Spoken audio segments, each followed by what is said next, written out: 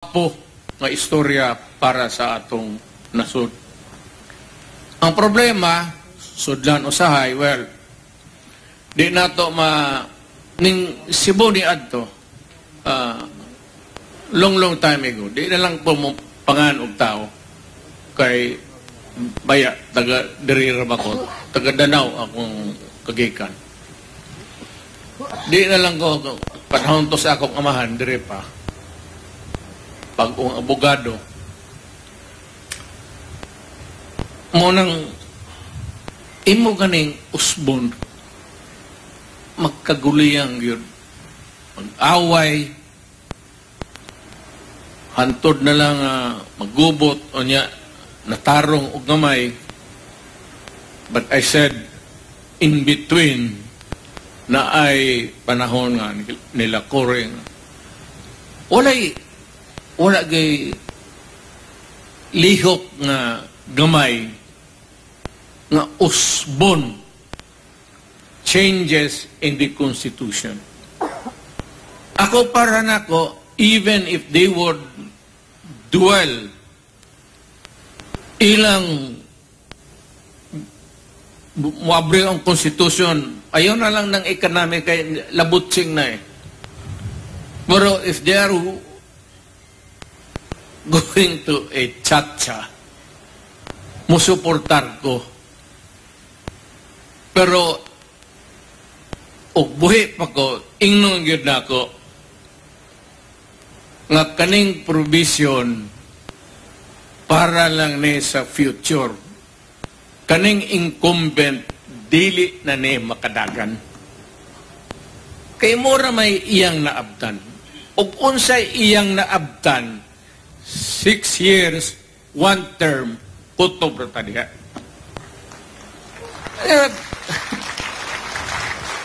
Imong patasan, imong pamubuan, ang Constitution is almost sacred.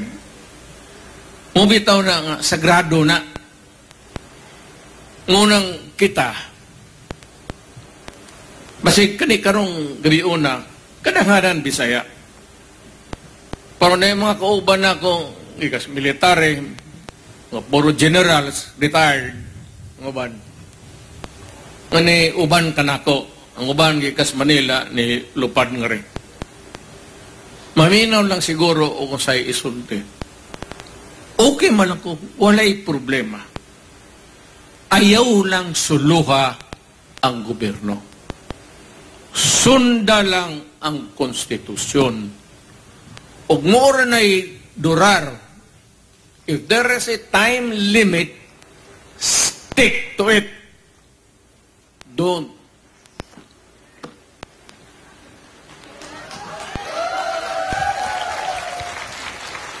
Para walay samok.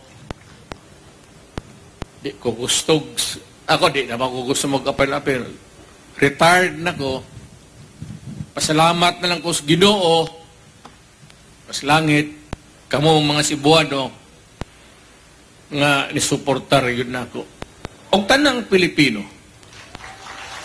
Pero, siyempre kasi, papaano, Bisaya ako, di landslide talaga dito sa Cebu.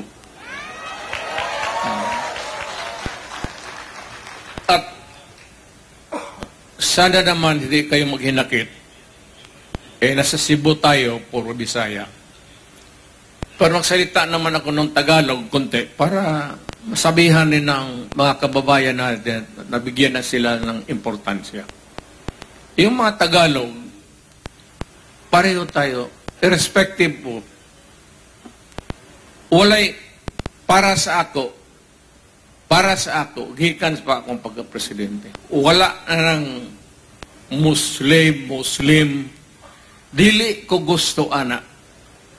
Wala na ng mga mga Ilonggo, mga Waray,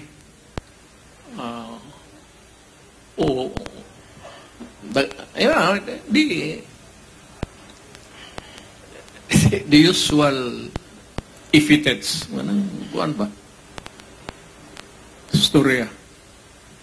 Gusto na ako nga sa akong panahon, makita na ako nga Pilipino ato yung gaksod ang atong isig ka Pilipino. Gikan nga to sa Batanes, nga to sa ulo. Mo po na akong ginasulti sa mga Muslim. Ayaw mo pagsulo-sulo diha, kay di ko gusto, anak.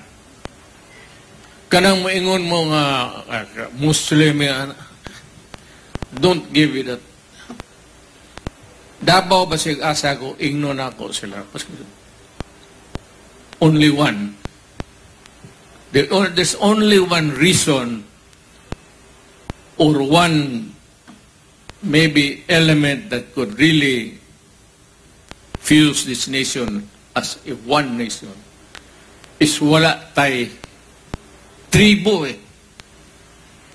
Itong unang panahon, wala man tamang kasinabot. Ang atong mga minuno ni atong unang panahon nagsabot. Kay wala man tay nasod ang atong kaugalingon. Nisulod ang mga Espanyol for 400 years. Giyak-an pa nila. Pagkahuman ni Ana, nisulod na pod ang Amerikano. 50 years ilang gipahamustulan ang atong kayamanan sa atong the forest, the mining tanan. Pagbuhi nila sa gobyerno, ilang gisiguro nga parity rights, nga magpabilin ang ilang rights pareho po sa Pilipino. Parity. Tabla ba? O ng parity rights.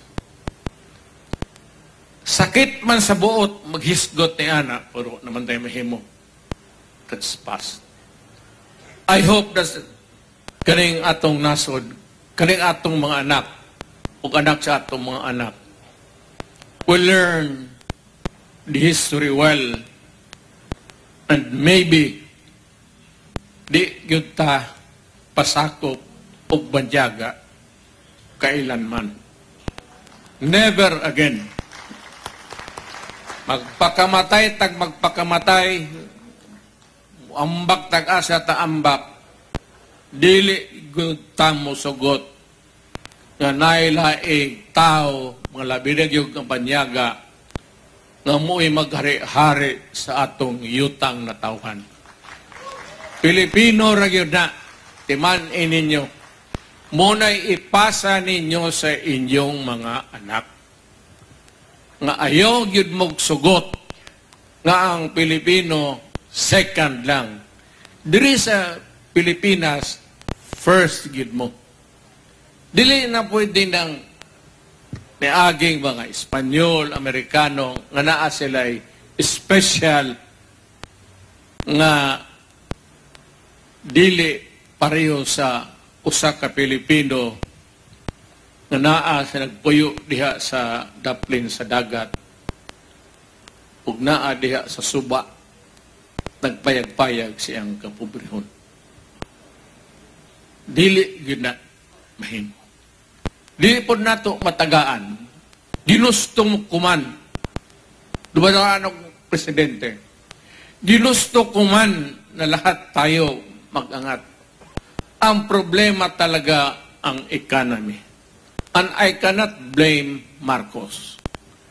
It is a slow and grinding thing bago tayo umangat. Siguro, kung hindi tayo nasa ilalim ng mga foreigners, we could have done better or faster. But the fact was that we were under the Spaniards for so many years as slaves, then the Americans as workers, bago tagi buhian nila. Ayaw gid mog sugot. Ingna inyong mga anak,